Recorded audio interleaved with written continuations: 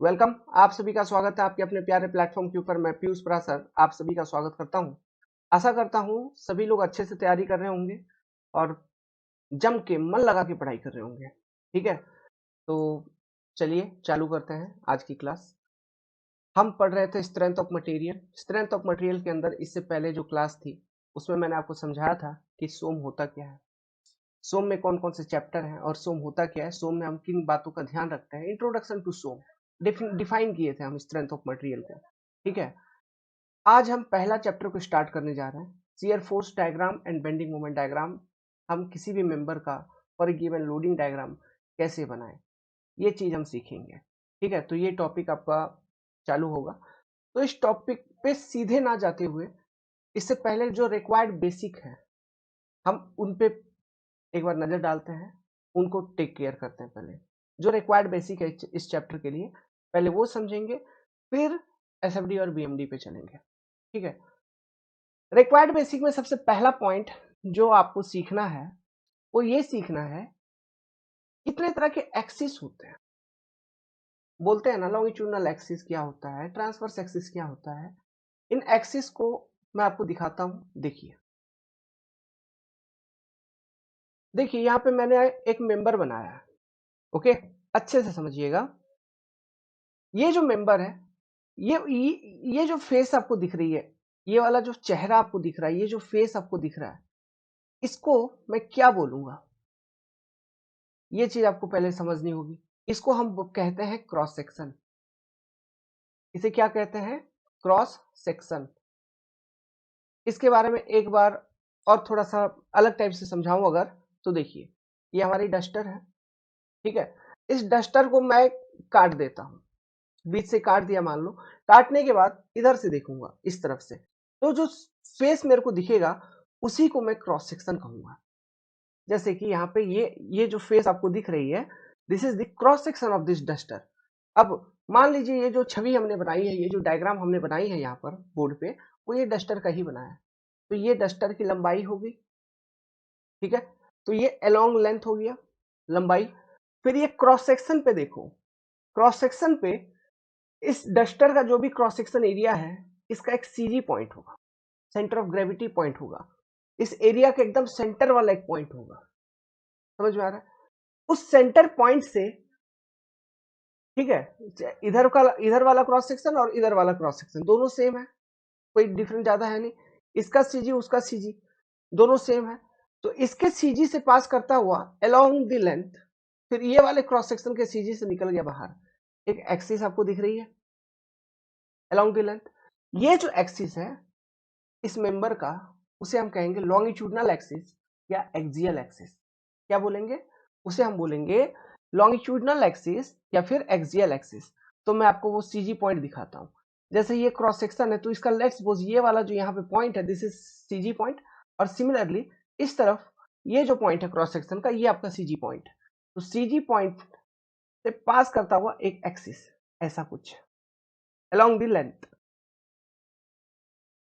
दिखा, ये एक्सिस, ये लाइन, इसी को हम लॉन्गिट्यूडनल एक्सिस या एक्सियल एक्सिस कहते हैं। ठीक है, ठीक है, तो लॉन्गिट्यूडनल एक्सिस या फिर एक्सियल एक्सिस। अब देखिए क्रॉस सेक्शन के ऊपर देखो। अब ये जो क्रॉस सेक्शन है, ये तो सीजी पॉइंट है, ये लाल वाला पॉइंट जो मैं यहाँ पे आपको दिखाया। अभी सीजी पॉइंट से पास करता हुआ ऐसा एक एक्सिस क्रॉस सेक्शन के ऊपर देखिए, ये वाला जो एक्सिस है। ठीक है, और ये एक्सिस क्या कर रहा है? ये जो क्रॉस सेक्शन है उसका जो चौड़ाई है, विड्थ, ये चौड़ाई है ना इसका, ये यहां से लेके यहां तक, ये जो देखोगे क्रॉस सेक्शन का, ये चौड़ाई है। इस चौड़ाई को डिवाइड कर रहा है, इस चौड़ाई को मैं कहूंगा बी। तो ये वाला एक एक्सिस दिख रहा है आपको। और एक एक्सिस देखिए, ये जो ये क्या है, क्रॉस सेक्शन का यहां से लेके यहां तक का अगर मेजरमेंट बताऊं आपको, तो आप बोलोगे कि सर ये डेप्थ है। ठीक है, तो और एक ऐसा एक्सिस होगा जो सीजी से पास करेगा लेकिन ये डेप्थ को डिवाइड कर रहा होगा, ऐसा। समझ में आ रहा है? क्रॉस सेक्शन के ऊपर तीन एक्सिस आपको विजुअलाइज हुए, समझ में आए? एक एक्सिस ये ग्रीन वाला जो कि इसके चौड़ाई को डिवाइड कर रहा है, एक एक्सिस ऐसा ये पिंक वाला जो कि इसके डेप्थ को डिवाइड कर रहा है, और वो दोनों ही एक्सिस सीजी से पास कर रहे हैं, ये चीज को भी ध्यान रखिए। प्लस एक्सियल एक्सिस भी अलोंग द लेंथ वाला जो था वो भी इस सीजी से ही बाहर निकल रहा है। तो इस पॉइंट से, सीजी वाले पॉइंट से 3 एक्सिस आपको इमेजिन करने हैं। किसी भी क्रॉस सेक्शन का सीजी वाले पॉइंट से 3 एक्सिस इमेजिन करना है जो एक लेंथ के अलोंग बाहर निकल गया, ठीक है, एक ऐसा और एक ऐसा। ओके, तो यहां पे ये जो पिंक और ग्रीन वाले हैं ना एक्सिस, इनको हम कहते हैं ट्रांसवर्स एक्सिस। ट्रांसवर्स एक्सिस, समझ गए? इनको क्या बोलेंगे? Transverse axis. तो ये नाम आपको क्लियर होना चाहिए। अब देखिए, जो स्ट्रेंथ ऑफ मटेरियल सब्जेक्ट के अंदर हम रिप्रेजेंट करेंगे, जनरली रिप्रेजेंटेशन आपको ऐसा दिखेगा in form of Cartesian coordinate system. अगर मैं बताऊं, ठीक है, कार्टेशियन कोऑर्डिनेट सिस्टम में हम चीजों को ऐसे रिप्रेजेंट करते हैं कि ये जो ट्रांसवर्स एक्सिस है, ये जो आपका ये वाला एक्सिस है, कौन सा? ग्रीन वाला, इसको मैं कहूंगा वाई वाई एक्सिस। ये जो पिंक वाला एक्सिस है, ट्रांसवर्स एक्सिस, इसको मैं कहता हूं जेड जेड एक्सिस, ठीक है। और ये जो लॉन्गिट्यूडनल एक्सिस है या फिर एक्सियल एक्सिस, इसको हम कहते हैं x X axis. X x कहने का मतलब है इस तरफ एक एक्स, उस तरफ एक एक्स। जेड जेड, इधर एक जेड, उधर एक जेड। वाई वाई, ऊपर जेड, सॉरी ऊपर वाई नीचे वाई, इसलिए Y Y axis, Z Z axis या एक्स एक्स एक्सिस, ठीक है। ये मतलब कहते हैं, इसका नाम होता है जनरली जब हम पढ़ते हैं स्ट्रेंथ ऑफ मटेरियल, तो वहां पे तो ये चीज ध्यान रखना। क्यों? क्योंकि मैं लिख दूंगा कभी summation of net force F of Y equal to 0, मतलब मेंबर के ऊपर वाई डायरेक्शन में, वाई का डायरेक्शन क्या? वर्टिकल वाला। वाई डायरेक्शन में जितने भी फोर्सेस हैं वो 0। मैं एफ जेड इक्वल टू 0 लिख दिया, मतलब जेड डायरेक्शन में जितने भी फोर्सेस हैं वो 0। एफ एक्स इक्वल टू 0 लिख दिया, मतलब लॉन्गिट्यूडनल डायरेक्शन में। अच्छा, ये लॉन्गिट्यूडनल डायरेक्शन जो है ये हॉरिजॉन्टल डायरेक्शन भी है क्या? आप उसको ऐसे कह सकते हो। क्यों? उस डायरेक्शन में जो फोर्स लगेगा, लॉन्गिट्यूडनल डायरेक्शन में जो भी फोर्स लगेगा, एक्सियल फोर्स उसको हम बोलेंगे, तो वो हॉरिजॉन्टल है क्या? है ना? तो मैं ऐसा लिख दूंगा summation of F of X equal to 0। तो आपको वो मालूम होना चाहिए कि मैं लिख क्या रहा हूं, आपको ये माइंड में, बैकग्राउंड में चलना चाहिए। अच्छा, एक्स डायरेक्शन में फोर्सेस का सम 0 कर रहे हैं, ठीक है, इसलिए ये चीज जानना बहुत जरूरी है। और उम्मीद करता हूं आपको आपने ये चीज मतलब पहचान ली, ठीक है। अब यहां से आगे बढ़ते हैं। अब मैं थोड़ा सा, ज्यादा तो नहीं, क्योंकि इन सब चीजों का डिटेल एक्सप्लेनेशन जो स्ट्रेस, सेकेंड चैप्टर जो हम पढ़ेंगे, स्ट्रेस एंड स्ट्रेन या फिर नॉर्मल स्ट्रेस एंड स्ट्रेन कह लो, उस वाले चैप्टर में बहुत डिटेल से और हम पढ़ेंगे फोर्सेस के बारे में, ठीक है, इंडिविजुअली ट्रांसवर्स फोर्स क्या होता है, उसका उसके कारण क्या चीजें आती हैं, टॉर्सन कैसे डेवलप होती हैं, इन सब चीजों के ऊपर बहुत डिटेल में बिट बाय बिट मैं आपको फोटो बना बना के सभी चीजों का दिखाऊंगा। लेकिन अभी कुछ बेसिक जानकारी के लिए मैं आपको बताता हूं, जो फोर्सेस होते हैं वो बेसिकली, आप फोर्सेस को दो ही तरह से कंसीडर करिए। दो ही तरह का फोर्स होता है, ठीक है। और वो फोर्स क्या होता है? एक जो एक्सियल एक्सिस के अलोंग लगेगा या लेंथ के अलोंग लग रहा है, ठीक है, जो कि हॉरिजॉन्टल है, इस फोर्स को हम एक्सियल फोर्स कहते हैं। किस तरह का फोर्स बोलेंगे? इस फोर्स को बोलेंगे एक्सियल फोर्स। अब ये जो एक्सियल फोर्स है, ये दो नेचर के हो सकते हैं। एक हो सकता है टेंशन नेचर का हो। टेंशन नेचर का हो कहने का मतलब है, जैसे ये आपका डस्टर है, यहां पर मैं एक फोर्स लगा रहा हूं, एक्सियल फोर्स लगा रहा हूं, मतलब ऐसे पुल लगा रहा हूं, तो वो टेंसाइल नेचर का एक्सियल फोर्स हो गया। मान लो इसी डस्टर को मैं दबा रहा हूं, तो वो कंप्रेसिव नेचर का एक्सियल फोर्स हो जाएगा। तो एक्सियल फोर्स के दो ही नेचर होते हैं, या फिर वो होगा टेंशन या फिर वो होगा कंप्रेशन। और एक्सियल फोर्स लगता कैसे है? मतलब क्रॉस सेक्शन के एक्सियल एक्सिस के अलोंग अगर जो फोर्स लग रहा है, उसी फोर्स को हम बोलेंगे एक्सियल फोर्स। और इसके नेचर होंगे दो, या फिर वो होगा टेंशन में या फिर वो होगा कंप्रेशन का। अगर टेंशन है तो मटेरियल की, जो भी मटेरियल है जिसके ऊपर वो फोर्स लग रहा है, उसमें इलोंगेशन देखने को मिलेगा, मतलब उसकी लंबाई बढ़ जाएगी। अगर कंप्रेशन है तो आपको उसी मटेरियल के अंदर, उसी मेंबर के अंदर कॉन्ट्रैक्शन देखने को मिलेगा, मतलब उसकी लंबाई घट जाएगी। जो साइन कन्वेंशन है ना एक्सियल फोर्सेस का, हम ऐसा कंसीडर करते हैं कि जो टेंसाइल नेचर का फोर्स है उसे हम पॉजिटिव मानते हैं, और जो कंप्रेसिव नेचर का फोर्स है उसे नेगेटिव मानते हैं। This is the sign convention of axial forces. तो ये सब चीजें ध्यान में रखिए, जो चीजें हम बात कर रहे हैं अभी, ये सब चीजें मैं आपको कॉपी पे दूंगा, लिखवाऊंगा, लेकिन अभी इसकी जरूरत नहीं है। इसके लिए अलग से चैप्टर है, चैप्टर नंबर 2। आप बोलोगे सर आपने चैप्टर नंबर 2 से ही क्यों चालू नहीं किया? देखिए, स्टार्टिंग में ही कोई सब्जेक्ट को बढ़िया से पढ़ने में मजा लगता है, लेकिन मैं पढ़ाऊंगा आपको सारा सारा सारा का सारा चैप्टर पढ़ने में मजा लगेगा। आप तो बस पढ़ते चलिए शांति से, है ना, सुनते रहिएगा, पढ़ते चलिएगा। ऐसा पढ़ेंगे, अभी स्टार्टिंग है तो एसएफडी बीएमडी वाला जो टॉपिक है ना, ये थोड़ा इजी है। समझ गए बात को? सोम के अंदर ये वाला जो चैप्टर है इजी है प्लस इंपॉर्टेंट है, इसलिए इस चैप्टर को पहले पढ़ेंगे, और इसके लिए जो भी रिक्वायर्ड बेसिक्स है वो मैं आपको अभी बता दे रहा हूं। ओके, तो आपको दिक्कत नहीं आएगी, प्रॉब्लम नहीं आएगी, इसलिए इस चैप्टर से शुरू करते हैं। कोई भी, आप किसी भी फैकल्टी को देख लो, कहीं पर भी इसी चैप्टर से शुरू करेंगे। उसका रीजन यही है क्योंकि आगे आने वाले चैप्टर्स इसके बेसिक के बिना फिर मतलब थोड़ा पढ़ने में मजा नहीं आता है ना। तो ये चैप्टर बहुत इंपॉर्टेंट है, इसको पहले करेंगे, ठीक है। अब देखो, अब दूसरा चीज, एक्सियल फोर्सेस के बारे में मैंने थोड़ा जानकारी आपको दे दिया। अब मैं आपको बताता हूँ ट्रांसवर्स फोर्स के बारे में। अच्छा, एक्सियल फोर्सेस के बारे में और थोड़ा जानकारी देता हूँ ट्रांसवर्स से पहले, ठीक है। चलो एक डायग्राम और समझाता हूँ, थोड़ा एक डायग्राम मतलब बेंडिंग के बारे में एक कॉन्सेप्ट में समझाता हूँ, मूवमेंट क्या होता है, ठीक है। बेंडिंग मूवमेंट क्या होता है, टॉर्सन क्या होता है, इनके बारे में थोड़ा सा समझाता हूँ। तो अभी एक्सियल फोर्स बताया हूँ, तो एक्सियल फोर्स से रिलेटेड मैं कुछ समझाता हूँ, देखिएगा, कॉन्सेप्ट पकड़िएगा। ये कोई एक मेंबर है, इसका क्रॉस सेक्शन आपको दिख रहा है सामने, तो ये क्रॉस सेक्शन पे मैंने बना दिया सीजी। सीजी दिखा? दिखा। अब इसमें मैं बना दे रहा हूं एक्सिस। ये जो एक्सिस बनाया, बताओ कौन सा एक्सिस है? क्या ये जेड जेड एक्सिस है? ये जो एक्सिस बना रहा हूं, अभी जो बना रहा हूं, ये कौन सा एक्सिस है? क्या ये वाई वाई एक्सिस है? अरे ये क्या हो गया, जस्ट मिनट। वो होता है थोड़ा, कभी कभी पेन है ना, इधर उधर का बटन दबा जाता है तो वो ऐसे लॉक हो जाता है। ये आपका जेड जेड एक्सिस है, और ये वाला जो एक्सिस मैंने आपको बना के दिखाया अभी, सेकेंड वाला, ये वाई वाई एक्सिस है।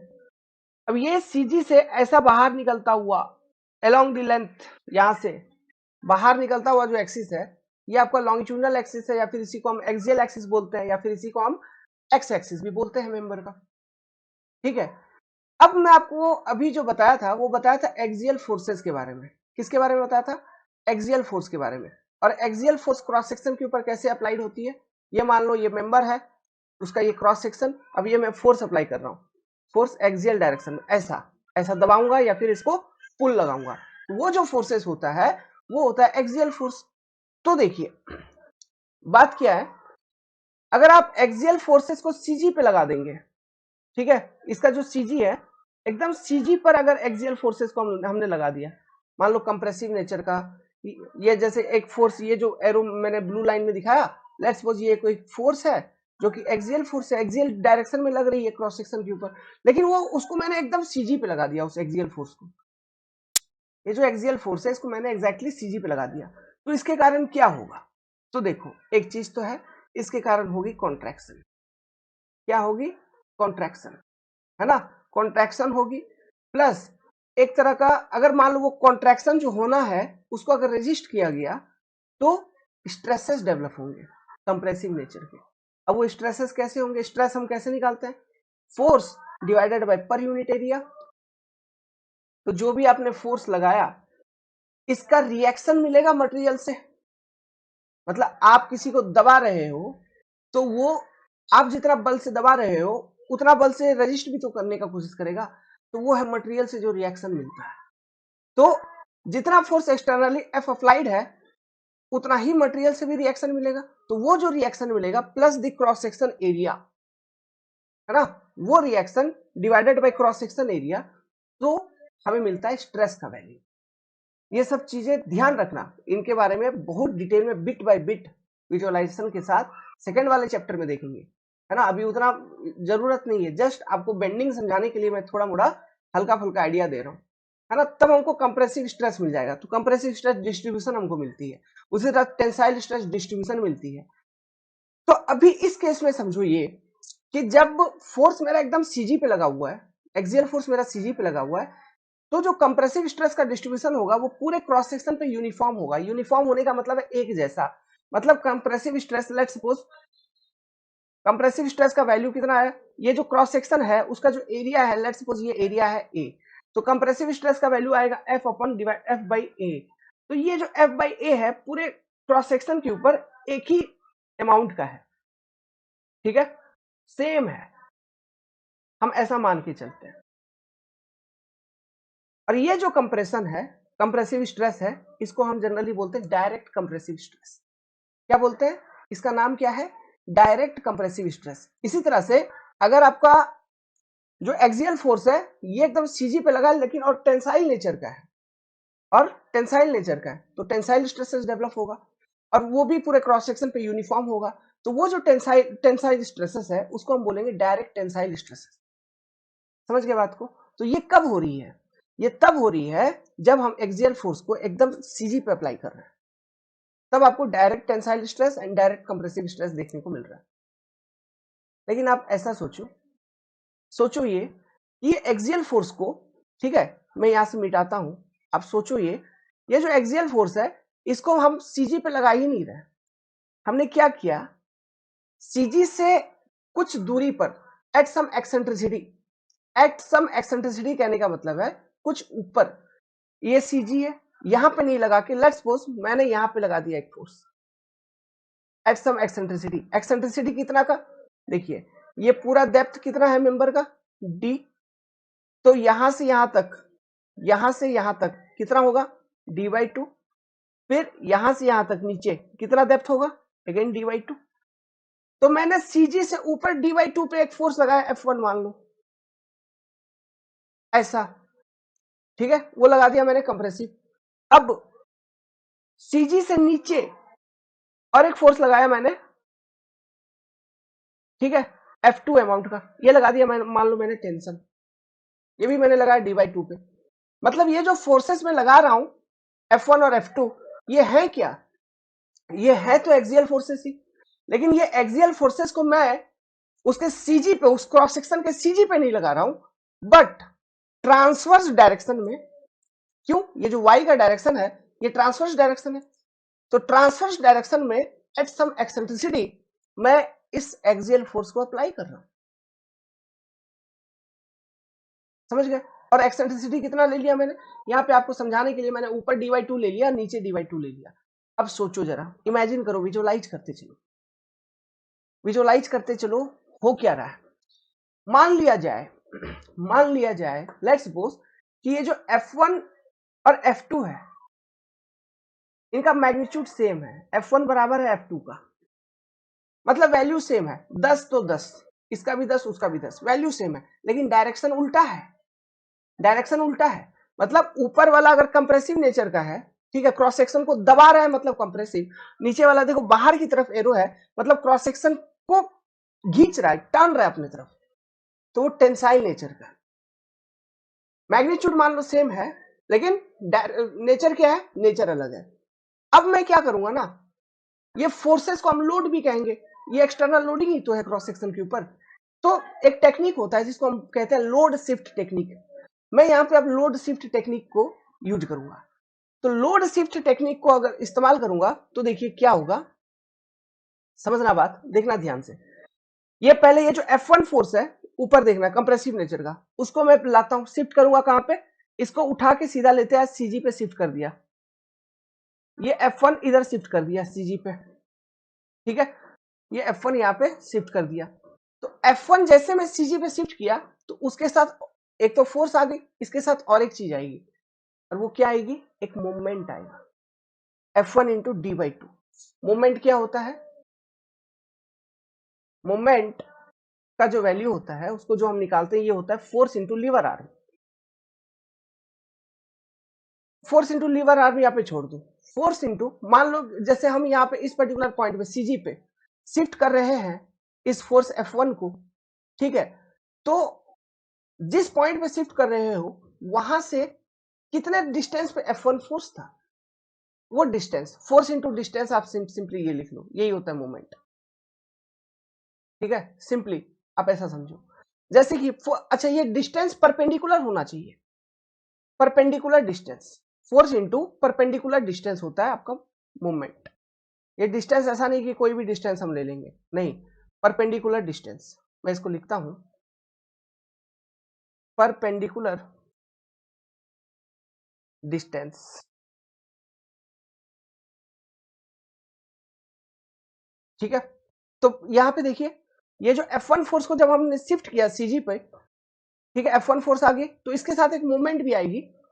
ओके, वो कितना आएगा, जो मूवमेंट यहाँ पे आपका शिफ्ट होगा सीजी पे, m का वैल्यू लेट्स सपोज मैं लिखता हूँ m1, ये होगा F1 इंटू dy2, इतना का मूवमेंट शिफ्ट हो जाएगा। इसका डायरेक्शन क्या होगा देखो तो ये जो F1 फोर्स है क्रॉस सेक्शन को ऐसा दबा रहा है, ठीक है, इस तरह से दबा रहा है, तो F1 फोर्स क्रॉस सेक्शन को कैसे रोटेट करने का कोशिश कर रहा है, दबा रहा है मतलब क्रॉस सेक्शन ऐसे रोटेट होगा। अब ये डायरेक्शन है क्या, घड़ी ऐसे चलता है क्लॉकवाइज, टिक टिक टिक टिक टिक, तो ये डायरेक्शन है एंटी क्लॉक, घड़ी के उल्टा डायरेक्शन में ऐसा। तो मैं यहाँ पे इस तरह से सीजी के ऊपर एक ऐसा मूवमेंट लगा दूंगा ऐसा, और इसका वैल्यू क्या होगा m1, और ये m1 क्या है F1 इंटू dy2। समझ में आया, ये किया, और ये F1 को मैं यहां से मिटा दिया, क्योंकि F1 का काम खत्म कर लिया मैंने, F1 को नीचे सीजी पे शिफ्ट कर लिया। तो जैसा हमने F1 को शिफ्ट किया, ये लोड शिफ्टिंग टेक्निक में बता रहा हूं आपको, जैसा हमने F1 को शिफ्ट किया उसी तरह F2 को शिफ्ट करते हैं। तो F2 को जब शिफ्ट करोगे तो F2 देखो यहाँ पे सीधा यहां से उठाइए सीजी पे शिफ्ट करिए, तो अपोजिट डायरेक्शन में आ जाएगी F2। ठीक है, एक तो आपने फोर्स को शिफ्ट किया, अब इसके साथ और क्या आएगा, इसके साथ अगेन एक मूवमेंट भी आएगी, अब वो मूवमेंट का भी डायरेक्शन देखो एंटी क्लॉक ही होगा। क्यों, ये मान लो क्रॉस सेक्शन है और ये है आपका F2, तो फोर्स ऐसे लग रहा है, तो ये क्रॉस सेक्शन कैसा ऐसा ही रोटेट कर रहा है ना, किस एक्सिस के about, about this Z Z axis. ये जो जेड जेड एक्सिस है क्रॉस सेक्शन के ऊपर, इस जेड जेड एक्सिस के अबाउट आपका जो मेंबर है, जो क्रॉस सेक्शन है, वो ऐसे ही रोटेट कर रहा है एंटी क्लॉक। ये जो जेड जेड एक्सिस है, इस एक्सिस के अबाउट देखिए, ये मान लीजिए ये इसको इसको आप एज्यूम करिए कि ये क्रॉस सेक्शन है, ठीक है, और यहां से जेड जेड एक्सिस ऐसे पास किया है, इमेजिन करिए जब F1 फोर्स था ऊपर ऐसे दबा रहा था, तो इस एक्सिस के अबाउट ये सेक्शन ऐसे रोटेट कर रही थी, तो ये भी एंटी क्लॉक। F2 फोर्स इस सेक्शन को ऐसे पुल लगा रहा है, टेंसाइल है ऐसे, तो जो क्रॉस सेक्शन है वो अल्टीमेटली एंटी क्लॉक दिशा में ही रोटेट कर रहा है। समझ में आ रहा है, तो जो F2 के कारण भी जो मोमेंट शिफ्ट होगा, force into perpendicular distance, that is F2 into dy2, वो भी एंटी क्लॉक नेचर का होगा। लेट सपोज उसको मैं कह देता हूं M2, which is F2 into dy2, ये भी आपका एंटी क्लॉक शिफ्ट हो रहा है यहाँ पे, सेम डायरेक्शन M2। अब यहां से इस चीज को मिटा दो, अब देखो हुआ क्या हुआ ये कि सीजी पर देखिए, सीजी पर जो दो फोर्सेस है इनका इफेक्ट तो कैंसिल हो जाएगा, क्यों, F1 इस डायरेक्शन में है और F2 का ये डायरेक्शन है, और ये दोनों मैग्नीट्यूड में सेम है, तो ये दोनों एक दूसरे को कैंसिल कर देंगे, इनका कोई इफेक्ट नहीं आएगा सेक्शन के ऊपर। बट हुआ ये कि F1 F2 को जो एक्सियल फोर्सेस थे, एक कंप्रेसिव नेचर का था, दूसरा टेंसाइल नेचर का था, ठीक है, F1 F2 को जो एक्सियल फोर्सेस थे, एक कंप्रेसिव नेचर का, दूसरा टेंसाइल नेचर का, जिसको आपने ट्रांसवर्स डायरेक्शन के along at some eccentricity dy2 लगा के रखा हुआ था, उसके कारण एक मूवमेंट आ गई क्रॉस सेक्शन के अबाउट, जो कि जेड जेड एक्सिस के अबाउट लग रही है। ये जो जेड जेड एक्सिस आपको दिख रहा है यहाँ पे, इस एक्सिस के अबाउट एक मोमेंट आ गया ना एंटी क्लॉक डायरेक्शन में। अब वो मोमेंट क्या आ रहा है m1 प्लस m2, मतलब F1 into dy2 plus F2 into dy2, है ना, F1 into dy2 plus F2 into dy2, इतना का मोमेंट आ रहा है कि नहीं आ रहा है और ये किस एक्सिस के अबाउट लग रहा है, जेड जेड एक्सिस के अबाउट लग रहा है, मतलब क्रॉस सेक्शन को, ये जेड जेड एक्सिस है मान लो, क्रॉस सेक्शन को, ये जो मोमेंट है क्रॉस सेक्शन को जेड जेड एक्सिस के अबाउट एंटी क्लॉकवाइज डायरेक्शन में रोटेट करवाने का कोशिश कर रहा है, क्रॉस सेक्शन इस तरह से रोटेट हो जाएगी। तो ये जो मूवमेंट है ना, जिसके कारण क्रॉस सेक्शन जेड एक्सिस, अब ये जेड एक्सिस क्या है? Transverse axis. तो इस मूवमेंट के कारण जो क्रॉस सेक्शन है ट्रांसवर्स एक्सिस के अबाउट रोटेट कर रहा है, ये मूवमेंट को हम बेसिकली बेंडिंग मूवमेंट कहते हैं। सो ऐसा मूवमेंट जो आपका ट्रांसवर्स एक्सिस के अलोंग लग रहा हो उसे हम हमेशा बेंडिंग मूवमेंट ही कहेंगे। तो बेंडिंग मूवमेंट क्लियर है? बेंडिंग मूवमेंट किसे बोलेंगे? ये वही बेंडिंग मूवमेंट जो हम बोलते हैं बेंडिंग मूवमेंट, बेंडिंग मूवमेंट। तो मूवमेंट जो ट्रांसवर्स एक्सिस के अबाउट लगे उसे बेंडिंग मूवमेंट कहा जाता है। ट्रांसवर्स एक्सिस कौन कौन सा?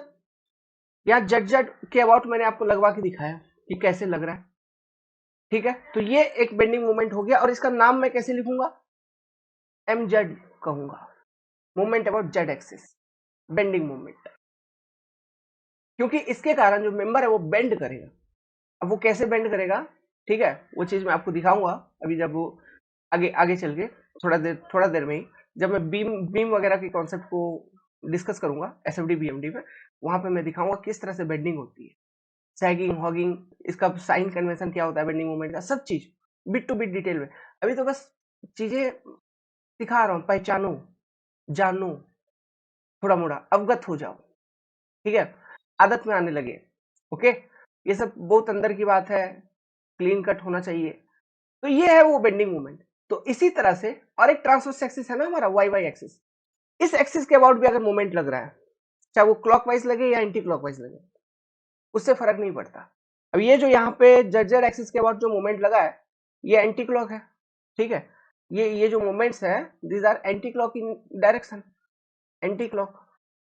ये क्लॉक भी हो सकते हैं, क्लॉक भी हो सकते थे, कोई फर्क नहीं पड़ता, चाहे मोमेंट क्लॉक हो या एंटी क्लॉक, ठीक है। इसका क्या यूज है साइन कन्वेंशन समझने के बाद और डिटेल में हम समझ पाएंगे।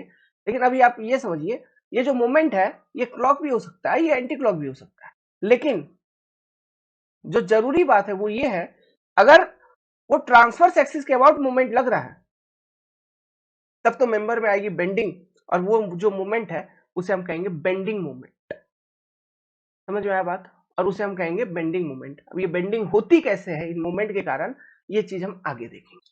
लेकिन अभी आपने पहचान लिया कि बेंडिंग मूवमेंट है क्या। थोड़ा सा पॉइंट और यहीं पे समझाता हूं, यही डायग्राम से। सोचना मैंने क्या किया, जब मैं बेंडिंग मूवमेंट आपको दिखाया तो यहाँ पे जो फोर्सेस को मैंने कंसिडर किया बेसिकली, वो कौन से फोर्स थे? वो थे एक्सियल फोर्स ही थे। क्रॉस सेक्शन के ऊपर मैंने कौन सा फोर्स लगाया था? सबसे पहले एक्सियल फोर्स लगाया था, लेकिन सम एक्सेंट्रिसिटी पे लगाया था इन ट्रांसवर्स डायरेक्शन, लगाया था ना। यही F1 F2 जो आपने नीचे शिफ्ट किया, पहले F1 ऊपर था dy2 एक्सेंट्रिसिटी पे CG से, और F2 जो है dy2 एक्सेंट्रिसिटी पे डाउनवर्ड नीचे लग रहा था, टेंसाइल नेचर का। तो ये जो फोर्सेस है F1 F2 ये तो एक्सियल फोर्सेस ही है, ठीक है। तो इसलिए अगर इससे पहले थोड़ा मोड़ा सोम कभी लाइफ में आप लोगों ने पढ़ रखा होगा तो फ्लेक्सर फॉर्मूला देखो, जिसमें हम क्या करते हैं, बेंडिंग स्ट्रेसेस का कैलकुलेशन करते हैं। समझ में आ रहा है?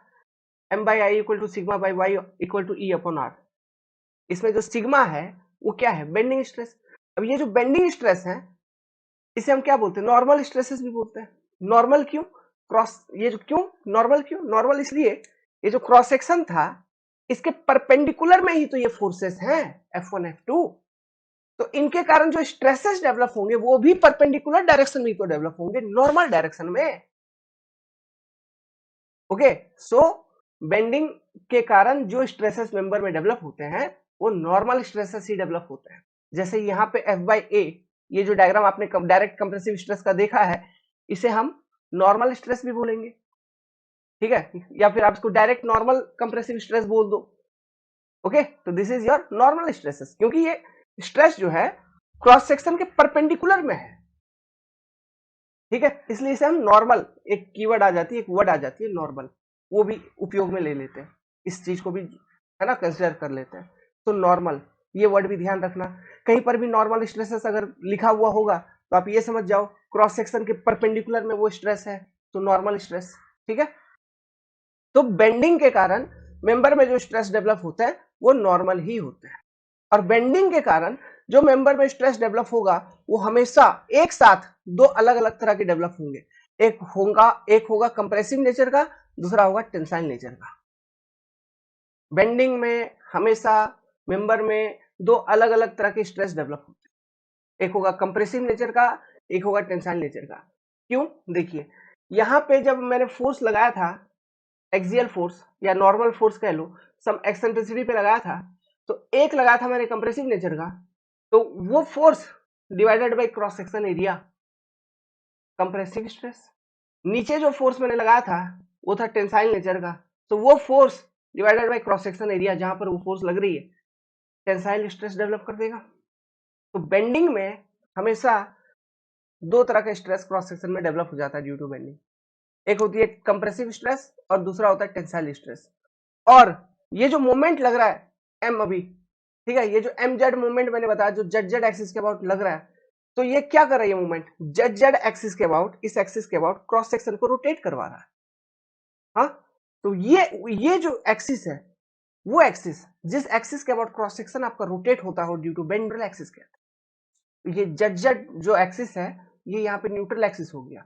और न्यूट्रल एक्सिस के ऊपर ये सब चीजें मैं अभी जस्ट आपको बता रहा हूं, है ना, घबराने की जरूरत नहीं है, लिखवाऊंगा, एक एक पॉइंट लिखवाऊंगा, हर एक का कैरेक्टरिस्टिक्स लिखवाऊंगा, बस बोल रहा हूं, सुन के रखिए ताकि आगे आने वाले समय में आसानी हो जाए। न्यूट्रल एक्सिस के ऊपर जो स्ट्रेस होगा वो हो सकता है टेंशन या कंप्रेशन में हो, तो at the same time neutral axis के बिलो, मतलब जो भी न्यूट्रल एक्सिस के ऊपर होगा उसका जस्ट उल्टा होगा न्यूट्रल एक्सिस के नीचे। अगर न्यूट्रल एक्सिस के ऊपर कंप्रेसिव स्ट्रेस लग रही है तो उसके नीचे टेंसाइल लगेगी, अगर न्यूट्रल एक्सिस के ऊपर टेंसाइल लग रही है तो उसके नीचे कंप्रेसिव लगेगी। लेकिन न्यूट्रल एक्सिस पे जो स्ट्रेस है उसका वैल्यू होगा 0। समझ गया? न्यूट्रल एक्सिस पे जो स्ट्रेस है उसका वैल्यू होगा 0। न्यूट्रल एक्सिस का कोई डेफिनेशन पूछे तो आपको क्या बताना है? ड्यू टू बेंडिंग, ठीक है, मान लीजिए कोई एक मेंबर है उस पर बेंडिंग मोमेंट अप्लाइड है, तो उस बेंडिंग मोमेंट के कारण जो आपका क्रॉस सेक्शन है उस मेंबर का जिस एक्सिस के अबाउट रोटेट करता है वही एक्सिस उस सेक्शन का न्यूट्रल एक्सिस कहलाता है। ठीक है, इसके ऊपर और डिटेल एनालिसिस करेंगे आगे चल के, मैं बहुत भयानक टाइप का एनालिसिस करेंगे, भयानक भयानक डायग्राम बना के दिखाऊंगा, बस बता रहा हूं, है ना, कुछ टर्म्स हैं ऐसे ऐसे, सुन के रखिए, ध्यान में रखिए, काम आएंगे आगे। तो आपने मोटा मोटी ये समझ लिया अभी कि मूवमेंट क्या है। तो मूवमेंट बेसिकली क्या होता है? फोर्स इनटू परपेंडिकुलर डिस्टेंस, उसका डेफिनेशन। और जो बेंडिंग मूवमेंट होती है वो बेसिकली जो एक्सियल फोर्सेस है उसी को अगर क्रॉस सेक्शन के ऊपर सम एक्सेंट्रिसिटी पे लगा दे, एक्सेंट्रिसिटी कहने का मतलब है जो सीजी है, सीजी पे अगर कोई फोर्स नहीं लग रहा है तो सीजी से कुछ दूरी पे लग रहा है, तो वो जो दूरी है उसी को हम एक्सेंट्रिसिटी कहते हैं। ये टर्म भी ध्यान रखना, अंग्रेजी में बोलना सीख लीजिए। इसी दूरी को हम क्या बोलते हैं? एक्सेंट्रिसिटी। समझ गए? और यहाँ पे देखो फोर्स और ये जो डिस्टेंस है ये एक दूसरे पर नॉर्मल डिस्टेंस है, परपेंडिकुलर डिस्टेंस। फोर्स यहाँ लग रहा है, सीजी यहाँ है, तो इनके बीच का जो डिस्टेंस है ये फोर्स के परपेंडिकुलर में नहीं है, परपेंडिकुलर डायरेक्शन में डिस्टेंस नहीं है ना? तो मोमेंट हमेशा फोर्स इंटू परपेंडिकुलर डिस्टेंस होता है। समझ गए बात को? इस चीज को आप ध्यान रखिएगा, ओके। और बेंडिंग मोमेंट जो प्रोड्यूस होती है, जो डेवलप होती है, वो होती है ड्यू टू एक्सियल फोर्सेस, ठीक है, applied at some eccentricity over a cross section. मैंने इतना बार समझा दिया ये सब चीजों को, इसलिए बता दिया क्योंकि ये इंपॉर्टेंट है, बेसिक्स है ये सब चीजें। आप सोम चालू किए पढ़ना तो यही सारा बेसिक है, ठीक है। अब देखो भाई ये तो समझ गए मूवमेंट के बारे में। और एक तरह का फोर्स होता है जो होता है ट्रांसवर्स फोर्स। ट्रांसवर्स फोर्स मतलब यहां पे मैंने एक्सियल फोर्स दिखाया जिसको, जो कि नॉर्मल है, क्रॉस सेक्शन के परपेंडिकुलर है, क्रॉस सेक्शन के नॉर्मल है, मतलब ये क्रॉस सेक्शन हो गया, ये एक्सियल फोर्स हो गया, इन दोनों के बीच में एंगल देख लो 90 डिग्री, तो ये हो गया नॉर्मल फोर्स या फिर एक्सियल फोर्स हो गया। अब ट्रांसवर्स फोर्स क्या होगा? जो ट्रांसवर्स एक्सिस के अलोंग लगे, ट्रांसवर्स एक्सिस के अलोंग जो फोर्सेस लगे वो होंगे ट्रांसवर्स फोर्सेस। जैसे वाई एक्सिस है तो वाई एक्सिस के अलोंग कोई फोर्स लग रहा है तो वो होगा ट्रांसवर्स फोर्स। जेड एक्सिस है, ये भी ट्रांसवर्स एक्सिस है, तो जेड एक्सिस के अलोंग कोई फोर्स लग रहा है तो वो होगा ट्रांसवर्स फोर्स। मैं आपको फोटो बना के दिखाता हूं दूसरा एक। तो जैसा कि ये कोई एक मेंबर है, ये मैंने उसका क्रॉस सेक्शन दिखा दिया आपको, ये उसका सीजी क्रॉस सेक्शन का, तो यहाँ पे ट्रांसवर्स एक्सिस बना लो, ये हो गया आपका वाई वाई एक्सिस, एक ट्रांसवर्स एक्सिस, और एक एक्सिस जो होगा Z Z Z Z axis, ये भी आपका ट्रांसवर्स एक्सिस है। This is your Y Y axis, transverse axis, this is your Z Z axis, transverse axis. Transverse force कहने का मतलब है अगर ट्रांसवर्स डायरेक्शन में लग रही है, जैसे अगर मान लीजिए कोई फोर्स ऐसा लग रहा है एफ, क्रॉस सेक्शन के पैरेलल में, जो क्रॉस सेक्शन है उसके पैरेलल में ऐसा, पहले जो नॉर्मल फोर्स था वो ऐसा था, ठीक है, या फिर कंप्रेशन या फिर टेंशन। अभी जो फोर्स है क्रॉस सेक्शन के पैरेलल में है, parallel to the cross section. ये सारे जो फोर्स होंगे वो होंगे transverse force. Parallel to the cross section Y direction में भी हो सकता है, parallel to the cross section Z direction में भी हो सकता है, ऐसा भी हो सकता है ना, ठीक है। तो ये भी ट्रांसवर्स फोर्स होगा, ये भी ट्रांसवर्स फोर्स होगा, ठीक है। तो ये जो इस तरह से फोर्स लगाऊं अगर ये, तो ये जो फोर्सेस होंगे ये होंगे ट्रांसवर्स फोर्सेस। और ये जो फोर्सेस है ये देखो मैंने सीजी पे ही लगाया, ठीक है। जो आपका लाइन मतलब ये है एक्सिस, ट्रांसवर्स एक्सिस जो सीजी से पास कर रहा है उसी के अलोंग लगाया मैंने, समझ में आ रहा है। तो ये प्योर ट्रांसवर्स फोर्स आप इसको ऐसे कह सकते हो कि ये प्योर ट्रांसफर फोर्स है ना, मतलब वो सी अलोंग दी ट्रांसवर्स एक्सिस ही लग रहा है। लेकिन अगर इन्हीं ट्रांसवर्स फोर्सेस को मैं सम एक्सेंट्रिसिटी पे लगा दूं तो क्या होगा, इन्हीं ट्रांसवर्स फोर्सेस को मैं कुछ एक्सेंट्रिसिटी पे लगा दूं तो क्या होगा, अभी समझाता हूं। इससे पहले लेकिन एक चीज और समझिए, तो ये समझ गए ना आप ट्रांसवर्स फोर्सेस। इससे पहले एक चीज और समझिए, अब वो क्या समझने वाली चीज क्या है, एक वर्ड और बताता हूं मैं आपको, और वो वर्ड है कपल। उसको हम क्या बोलते हैं, कपल। लगाया था यहाँ पे, क्या लगाया था, एक्सियल फोर्स को सम एक्सेंट्रिसिटी पे लगाया था हमने। तो सेम मैग्नीट्यूड का दो फोर्स हमने लिया, एक फोर्स मैंने ऐसे लगा दिया, ठीक है, और एक फोर्स नीचे ऐसा लगा दिया। मैग्नीट्यूड दोनों फोर्स का सेम है, ठीक है, अपोजिट नेचर का है, और ये एक परपेंडिकुलर डिस्टेंस से सेपरेटेड है ये दो फोर्स, और वो डिस्टेंस यहाँ पे इस पर्टिकुलर केस में फिलहाल के लिए था डी, ठीक है। तो ये जो सिस्टम बना ना ये एक कपल कहलाता है, ठीक है। A pair of forces of same magnitude in opposite direction separated by a perpendicular distance x और वाई, जो भी आप बोल लो, यहाँ पे वो डिस्टेंस है डी। तो इस चीज को हम कहते हैं कपल। अब ये जो कपल है, ठीक है, इस कपल पे ध्यान दो जो इस डायग्राम में था। ये कपल क्या कर रहा था, ये कपल के कारण जो क्रॉस सेक्शन है वो रोटेट किया कि नहीं, किस एक्सिस के अबाउट, जेड जेड एक्सिस के अबाउट, जो कि ट्रांसवर्स एक्सिस है ना। तो इसलिए इसको हम बोलेंगे ट्रांसवर्स कपल। क्या बोलेंगे, इसका नाम हो जाएगा ट्रांसवर्स कपल। क्यों, ये कपल के कारण आपका जो क्रॉस सेक्शन है वो ट्रांसवर्स एक्सिस के अबाउट रोटेट कर रहा है। अगर यही कपल, ट्रांसवर्स कपल मतलब बेंडिंग मोमेंट, एक ही चीज है। तो ये जो फिजिकल क्वांटिटी है ना इसी को हम बोलते हैं कपल। और कपल अगर ट्रांसवर्स एक्सिस पे है, ठीक है, मतलब कपल ऐसा है जिस कारण से आपका जो क्रॉस सेक्शन है वो ट्रांसवर्स एक्सिस के अबाउट रोटेट कर रहा है, तो उसका नाम हो जाएगा ट्रांसवर्स कपल, और वो हो जाती है बेंडिंग मोमेंट। समझ में आ रहा है। अब बेंडिंग मोमेंट क्यों, ये चीज भी मैंने समझा रखा है, क्योंकि देखिए ये क्रॉस सेक्शन है, मान लो ये क्रॉस सेक्शन जो है मेंबर का वो जेड जेड एक्सिस के अबाउट रोटेट कर रहा है, तो इधर वाला रोटेट करेगा तो इधर वाला भी क्रॉस सेक्शन रोटेट करेगा, तो एक बेंडिंग इफेक्ट आएगी मेंबर में। इसको मैं आगे चल के और विजुलाइज करवाऊंगा, ठीक है। तो इसलिए हम ये कहते हैं कि जो मोमेंट है लग रहा है, यहाँ पे जो मोमेंट लग रहा है जो ट्रांसवर्स एक्सिस के अबाउट लग रहा है, इन मोमेंट के कारण जो मेंबर है ये एक तरह का बीम है मान लीजिए, इसमें बेंडिंग होती है, इसलिए वो मूवमेंट हो जाती है बेंडिंग मूवमेंट, ठीक है। और ये कपल का मतलब आपने समझ लिया है। अब चलिए, अब जो हम ट्रांसवर्स फोर्स के बारे में देख रहे थे वो देखते हैं। तो मैंने आपसे बोला ट्रांसवर्स फोर्स मतलब ये जो ट्रांसवर्स एक्सिस है वाई वाई और जेड जेड एक्सिस, इसके अलोंग जो फोर्सेस लगेंगे वो होंगे ट्रांसवर्स फोर्स। और यही जो ट्रांसवर्स फोर्स होता है इन्हीं को हम शियर फोर्सेस भी बोलते हैं। जो शियर फोर्स होता है ना वो ट्रांसवर्स फोर्स होता है। कहने का मतलब है जैसा ये डस्टर है हमारा, इसका ये क्रॉस सेक्शन, तो जो ट्रांसवर्स फोर्स है ऐसा लग रहा है क्रॉस सेक्शन के parallel, parallel to the cross section.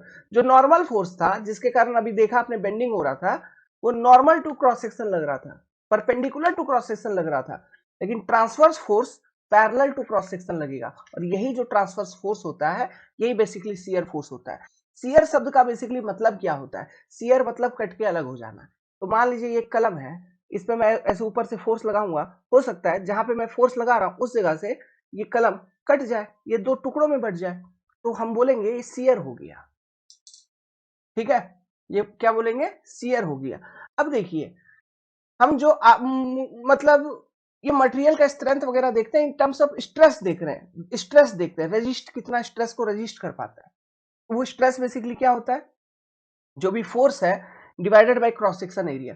तो शियर स्ट्रेस जब आप कैलकुलेट करोगे तो उस समय कौन सा क्रॉस सेक्शन एरिया कंसीडर करोगे? यही वाला क्रॉस सेक्शन एरिया कंसीडर होगा, लेकिन उसका डायरेक्शन अलग है। डायरेक्शन क्या है? अलोंग दी सेक्शन, सेक्शन के नॉर्मल नहीं, सेक्शन के ऊपर है। वो जो स्ट्रेस है वो शियर स्ट्रेस है, और वो जिस फोर्स के कारण वो शियर स्ट्रेस आ रही है वो शियर फोर्स है। तो शियर फोर्स ट्रांसवर्स होती है। क्रॉस सेक्शन के ऊपर ट्रांसवर्स डायरेक्शन दो है, जेड जेड वाला, तो इसके अलोंग भी लग रहा है तो वो भी आपका शियर फोर्स कहलाएगा। वर्टिकल भी लग रहा है वाई वाई एक्सिस के अलोंग, वो भी आपका शियर फोर्स कहलाएगा। समझ रहे बात को? ठीक है, तो ये ट्रांसवर्स फोर्सेस ही शियर फोर्स होते हैं। अभी ये बेसिक्स है ना, पहचानो चीजों को, क्योंकि ये सब चीजों को मैं और डिटेल में आगे भी एक्सप्लेन करने वाला हूं। जब हम नॉर्मल स्ट्रेस एंड स्ट्रेन वाला टॉपिक पढ़ेंगे वहां पे इन सब चीजों को और डिटेल में हर एक डायग्राम को फिर से बनाऊंगा और वहां पे चीजों को बिट टू बिट लिखवाऊंगा। अभी अगर आप डायग्राम बना रहे हैं बहुत अच्छी बात है, कोई बात नहीं, ठीक है, लेकिन इन सब चीजों को हम देखेंगे। लेकिन अभी हम सोम स्टार्ट किए हैं तो कुछ ना कुछ बेसिक्स तो हमें मालूम होना चाहिए ना, कि शियर फोर्स होता क्या, वो लग कहाँ रहा है। जैसे आपने बेंडिंग मोमेंट के बारे में भी देखा, क्योंकि हम एसएफडी बीएमडी पढ़ेंगे तो बेंडिंग मोमेंट क्या है नहीं जानेंगे तो कैसे होगा। मोमेंट का बेसिक मतलब क्या है? Force into perpendicular distance. ये चीज आपका क्लियर है? मोमेंट का बेसिक मतलब क्या है? Force into perpendicular distance. अब उसका डायरेक्शन देखना भी मैंने समझाया, देखो वो भी कितना सिंपल है। घड़ी का दिशा, घड़ी ऐसे ऐसे चल रहा है तो कोई सेक्शन, कोई फोर्स के कारण क्रॉस सेक्शन किसी का घड़ी के दिशा में रोटेट करता है, तो वो जो मोमेंट अप्लाइड है वो क्लॉकवाइज हो गया। किसी फोर्स के कारण जो क्रॉस सेक्शन है घड़ी के अपोजिट दिशा में रोटेट करता है, तो जो जो मोमेंट अप्लाइड है सेक्शन के ऊपर, जिस कारण से वो घड़ी के अपोजिट दिशा में रोटेट कर रहा है, वो हो गया आपका एंटी क्लॉक मोमेंट। सिंपल सी बात है। इसका सिग्निफिकेंस क्या है वो हम देखेंगे, ठीक है। उसमें फिर उसका साइन कन्वेंशन होता है, सैगिंग होता है, हॉगिंग होता है, सब चीज हमको जानना है। वो सब चीज देखेंगे, धीरे धीरे आएंगे, बट अभी चीजों से थोड़ा कनेक्ट हो जाइए, है ना। यहाँ पर हम बहुत ही बेसिक लेवल से सोम को उठाएंगे। आपका ऐसा है कि एक बार पढ़ेंगे आप, आपको लाइफ में फिर दोबारा सोम पेपर के ऊपर आने की जरूरत नहीं पड़ेगी। इसलिए हम बहुत ही माइन्यूट छोटे लेवल से, क्योंकि अलग अलग तरह के बच्चे, आप कोई बच्चे डिप्लोमा किए हो, कोई बच्चे बीटेक एमटेक किए हो, ठीक है, लेकिन हमें तो नहीं मालूम ना, हमारे पास तो सब पढ़ने ही आए हैं, तो हम बहुत ही बेसिक से लेंगे, ठीक है। मजा आएगा, टेंशन नहीं है। आप जो भी इंडिया भर में जो भी एग्जाम्स होता है उसमें जो भी आप टॉपर स्टूडेंट को देख पा रहे हो, प्लस उनको तो पैसे दे के प्रचार करवाते हैं, आप उनसे ज्यादा जानोगे, ये बात कंफर्म है, ठीक है। ऐसे नहीं बोल रहा हूँ, कुछ सोच समझ के ही बोल रहा हूँ, ये कंफर्म है, इतना सिखा देंगे। अब देखिए, खैर ट्रांसवर्स फोर्सेस के बारे में आपने जान लिया। अब मैं क्या करता हूँ, कोई एक ट्रांसवर्स फोर्स ले लेता हूँ। जैसे मैंने बोला वाई एक्सिस के अलोंग भी लगा दो तो भी ट्रांसवर्स फोर्स है, एक्स जेड एक्सिस के अलोंग भी लगा दो ऐसा, तो भी ट्रांसवर्स फोर्स है। पहचान क्या है? क्रॉस सेक्शन के अलोंग होना चाहिए, क्रॉस सेक्शन के ऊपर होना चाहिए, पैरेलल टू क्रॉस सेक्शन है वो फोर्स, तो वो ट्रांसवर्स फोर्स है। और यही ट्रांसवर्स फोर्स शियर फोर्स भी होता है, इसी को हम शियर फोर्स भी बेसिकली बोलते हैं। और शियर शब्द का मतलब भी आपको क्लियर है, ठीक है।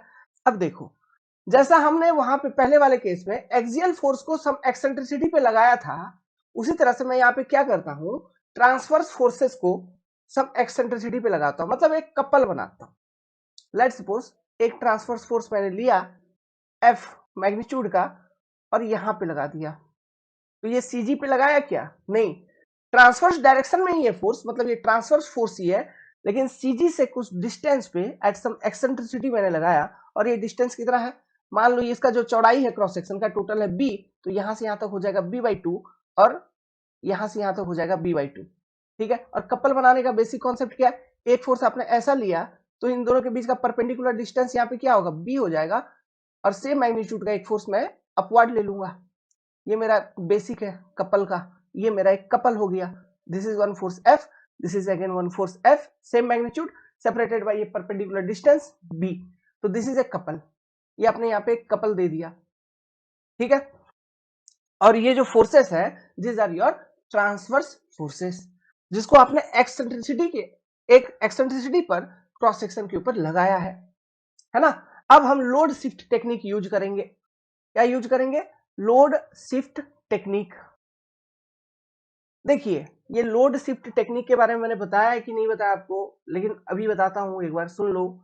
ये टेक्निक मैं सिखा रहा हूं, सीखो, क्योंकि इसका बहुत ही गंदे तरीके से उपयोग हम करने जा रहे हैं एसएफडी बीएमडी वाले टॉपिक में, सोम के अंदर करेंगे स्ट्रक्चर एनालिसिस में बहुत ही बुरे टाइप से यूज करेंगे, हर एक जगह, लगभग हर एक जगह ही यूज करेंगे इस टेक्निक को। और ये इतना कम्प्लेक्स से कम्प्लेक्स प्रॉब्लम को भी इतना आसान बना देगा ना, मत पूछो। प्लस सोम के अंदर स्लोप डिफ्लेक्शन वाला जो चैप्टर पढ़ेंगे हम लोग, वहां पर भी मैं यूज करके स्लोप एंड डिफ्लेक्शन निकाला करूंगा, समझे क्या? तो बहुत इंपॉर्टेंट है लोड शिफ्टिंग टेक्निक।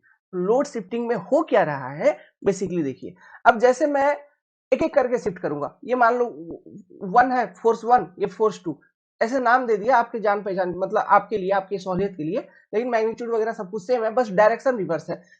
तो ही एक कपल बनता है, तो ही एक कपल बनता है, ये तो मालूम है आपको। तो यहाँ पे एक कपल है।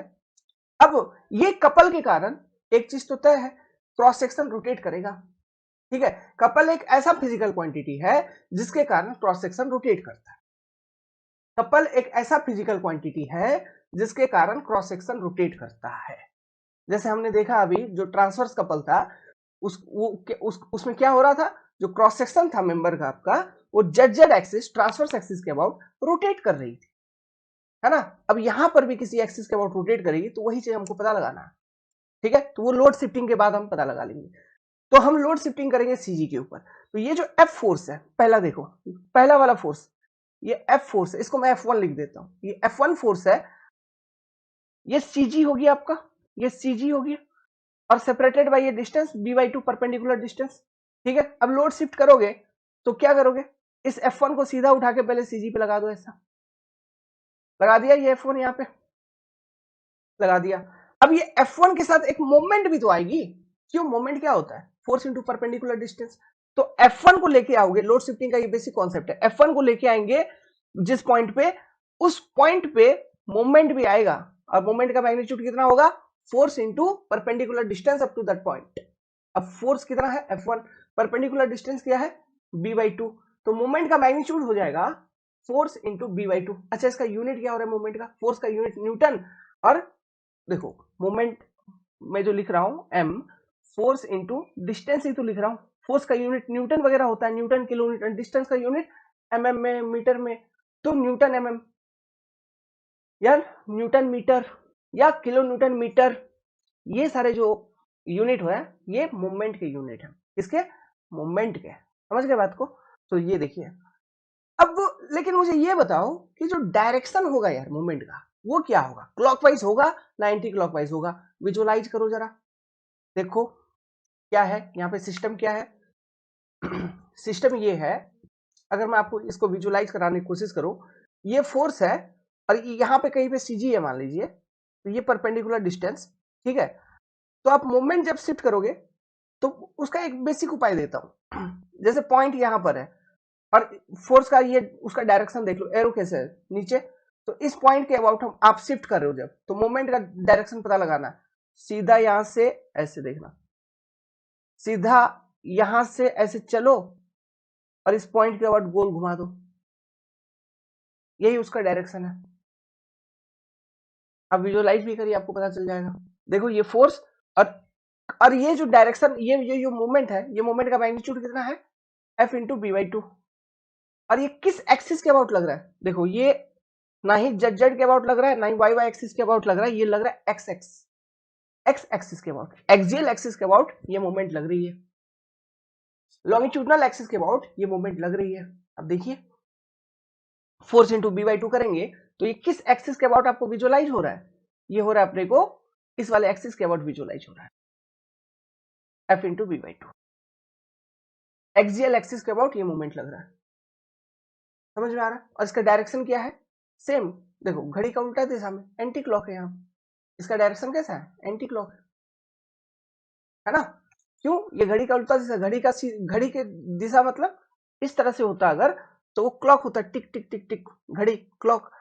उसके अपोजिट एंटी क्लॉक। तो ये इसका एरो किधर है? घड़ी के उल्टे दिशा में चल रहा है वो, तो एंटी क्लॉक डायरेक्शन हो गया। समझ गए चीजों को? तो इस तरह से आपने F1 को शिफ्ट किया। अब F2 को शिफ्ट करो CG पे। F1 को शिफ्ट कर लिया तो इधर वाला मिटा देता हूं मैं, ये मिटा दिया मैंने, ठीक है, कंफ्यूजन के लिए, कंफ्यूजन ना हो इसलिए मिटा दिया। अब F2 बचा है मेरे पास, उसको शिफ्ट कर लेंगे, सेम मैग्नीट्यूड का है, मैंने पहले ही बता रखा है, तो कोई कंफ्यूजन नहीं होना चाहिए। मैग्नीट्यूड मतलब उसका वैल्यू सेम है, जैसे इसका 10 है तो उसका भी 10 किलो न्यूटन फोर्स का मैग्नीट्यूड होगा, है ना? अब F2 को शिफ्ट करोगे, ठीक है, इसको शिफ्ट करोगे तो इसका डायरेक्शन क्या है? एरो ऊपर है, तो लेते आओ पहले ऊपर, तो ये F2 CG पर शिफ्ट कर रहा है। अच्छा ये मिटा देता हूं, ठीक है, F2 शिफ्ट कर लिए। अब उसके साथ एक मूवमेंट आएगी, लोड शिफ्टिंग में, लोड शिफ्टिंग कर रहे हो तो मूवमेंट आएगी, मूवमेंट होगा फोर्स इंटू परपेंडिकुलर डिस्टेंस, तो फोर्स तो हो गया F2 खुद, परपेंडिकुलर डिस्टेंस अगेन B/2। अब उसका डायरेक्शन देखना है, तो देखो डायरेक्शन कैसे देखोगे? सिंपल सी कॉन्सेप्ट बता रहा हूं, ऐसे यहां से भी आप विजुअलाइज कर सकते हैं। यहां पे वो पॉइंट है जहां पे शिफ्ट करना है, और ये हो गया आपका फोर्स एंटी क्लॉक, है ना? या फिर आप ऐसे यहां पे अगर बना के देखना चाहते हो तो देख लो भाई, यहां था F फोर्स, तो इसका एरो लो, एरो ऐसे घुमा के इस पॉइंट के बाद घुमा दो, तो ये भी इसका सेम डायरेक्शन हो गया ना, जो पहले वाले का डायरेक्शन था इसका भी सेम डायरेक्शन हो गया। मतलब F1 इंटू B/2 भी एंटी क्लॉक है, और F2 इंटू B/2 भी एंटी क्लॉक है, तो वो दोनों ऐड हो जाएंगे। और ये जो मोमेंट लग रहा है, ये भी लग रहा है आपका एक्सियल एक्सिस के अबाउट ही लग रहा है, ये भी जो मोमेंट लग रहा है वो एक्सियल एक्सिस के अबाउट लग रहा है, तो टोटल मोमेंट कितना लग गया इस एक्सियल एक्सिस के about? F into B, F into B. और ये जो मोमेंट लग रहा है ये एक्सियल एक्सिस के अबाउट लग रहा है, एक्स एक्सिस के अबाउट लग रहा है, तो इसको मैं mx लिख देता हूं, ठीक है, इसको मैं लिख दिया mx, ठीक है, इसको क्या लिख दिया? mx। अब ये जो मोमेंट है जो एक्सियल एक्सिस के अबाउट लग रही है, ठीक है, इसे हम बोलते हैं टॉर्क। इसे क्या बोलते हैं? टॉर्क। अगर आप कपल के फॉर्म में बोलोगे तो आप इसे क्या बोलोगे? ये जो कपल है वो किस एक्सिस के अबाउट क्रॉस सेक्शन को रोटेट करवा रही है? एक्सियल एक्सिस के अबाउट क्रॉस सेक्शन को रोटेट करवा रही है, इसलिए हम इसे एक्सियल कपल भी बोलेंगे।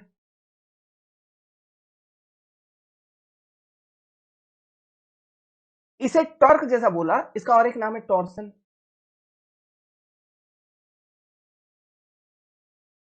इसका और एक नाम क्या है? इसको हम सिंपली इसको टॉर्सन भी बोलते हैं। अब इसका इफेक्ट देखो क्या होगा, इमेजिन करना, सोचना। ये मेंबर है, मेंबर का ये एक्सियल एक्सिस है, इसके अबाउट एक मोमेंट लग रही है, मतलब एक मोमेंट लग रही है जिसका मैग्नीट्यूड है F इंटू बी। तो मूवमेंट के कारण हमेशा ध्यान रखना, कोई भी मूवमेंट हो, मूवमेंट या कपल वगैरह, इनके कारण जो क्रॉस सेक्शन होता है उसमें रोटेशन आती है। जैसे आपने ट्रांसवर्स कपल देखा, या फिर वो मूवमेंट जो एच जेड जेड एक्सिस के अबाउट लग रही थी वो आपने देखा, उसके कारण जो क्रॉस सेक्शन था वो जेड जेड एक्सिस के अबाउट रोटेट कर रहा था। अब वो रोटेट एंटी क्लॉक करेगा, ठीक है, अगर एंटी क्लॉक मूवमेंट है, वो रोटेट क्लॉकवाइज करेगा अगर क्लॉकवाइज मूवमेंट। उसी तरह से यहां पर, ठीक है, लेकिन यहां पर जो मूवमेंट है वो लग रही है एक्सियल एक्सिस पे, ऐसा। तो अगर ऐसा मूवमेंट लग रहा है तो देखो मेंबर ऐसा रोटेट करेगा, मतलब सोचो कि ट्विस्ट करना, जैसे तुम्हारा हाथ को पकड़ के कोई ऐसे निचोड़ देगा, ट्विस्टिंग हो रहा है। तो ये जो रोटेशन है क्रॉस सेक्शन का, ये लेंथ के अलावा हो रहा है ना। देखिए ये जो घुमाव आ रही है मेरे हाथ में, अगर ज्यादा मोड़ूंगा तो मुड़ा जाएगा यार, समझ जाओ। देखो मेरे हाथ ट्विस्ट हो जा रहा है, देखिए। हम्म इसे बोलते हैं ट्विस्टिंग मूवमेंट, आप इसे ट्विस्टिंग मूवमेंट भी कह लो, सेम चीज है। टॉर्सन का अलग ही चैप्टर है, पूरा का पूरा चैप्टर है, वो हम पढ़ेंगे,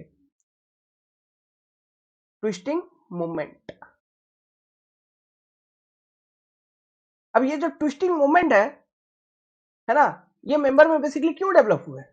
क्योंकि आपने ट्रांसवर्स फोर्सेस को सम एक्सेंट्रिसिटी पे लगा दिया था। तो इसका मतलब ये हुआ, जैसे हम कपल को मोमेंट में बदल पा रहे हैं, ये जो कपल था इसको आपने मोमेंट में भी बदल दिया और वो मोमेंट का वैल्यू कितना, एफ इंटू बी। उसी तरह से अगर आपके पास मोमेंट का वैल्यू है उसको आप कपल में भी बदल सकते हो। तो जब कपल में बदलोगे तो वहां से फोर्स निकलेगा, वो फोर्स ट्रांसफर फोर्स होंगे।